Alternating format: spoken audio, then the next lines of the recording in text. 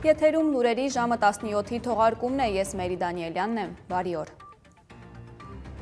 Կառավարությունը վերանայել է զինվորական պիտանիության ցուցակը, փոփոխություններ են կատարվել 2018-ին ընդունած որոշման մեջ, որով սահմանվում է, թե ինչ հիվանդությունների դեպքում է քաղաքացին կամ զինծառայողը համարվում պիտանի, ժամանակավորապես ոչ պիտանի կամ ոչ պիտանի զինվորական ծառայության համար։ Նոր որոշմամբ առանց ախտանշանների եւ բուժում չպահանջող առողջական խնդիրները հիմք չեն պարտադիր զինվորական ծառայությունից խուսափելու համար։ Փոփոխությունների նպատակը ըստ Պաշտպանության նախարարության մեկն է բացառել այն դեպքերը, երբ բուժում չպահանջող կամ առողջությանը լուրջ վտանգ չներկայացնող խնդիրների պատճառով քաղաքացիները ազատվում են ծառայությունից կամ ստանում են տարկետում։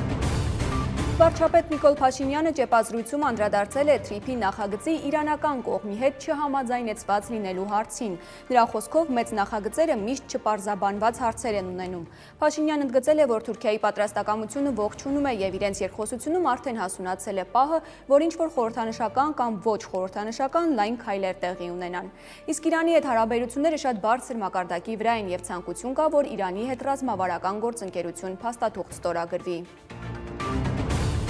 Ստամբուլի ոստիկանությունը ձերբակալել է Իսլամական պետությունը ահաբեկչական խմբավորման հետ կապված 137 կասկածյալի, որոնք Սուրբ Ծննդյան եւ Նոր տարվա տոների ընթացքում հարձակումներ էին ծրագրել։ Ստամբուլի գլխավոր դատախազության պաշտոնական հաղորդագրության մեջ նշվում է, որ խուզարկություններ են իրականացվել նահանգի 124 հասցեներում։ Արդյունքում առգրավվել են ատրճանակներ, զինամթերք եւ կազմակերպության բազմաթիվ փաստաթղթեր։ Մյուս կասկածյալներին ձերբակալելու գործողությունը շարունակվում է։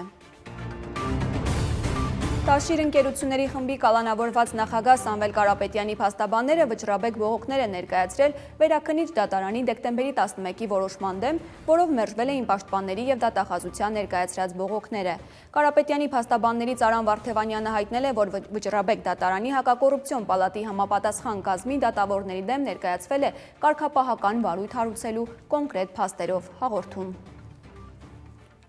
Այժմին այսքանը, լուրերի մեր ամփոփիչ թողարկումը ժամը 19-ին է, բաց չթողնեք, իսկ ես ձեզ հրաժեշտ եմ տալիս։ Հաջողություն։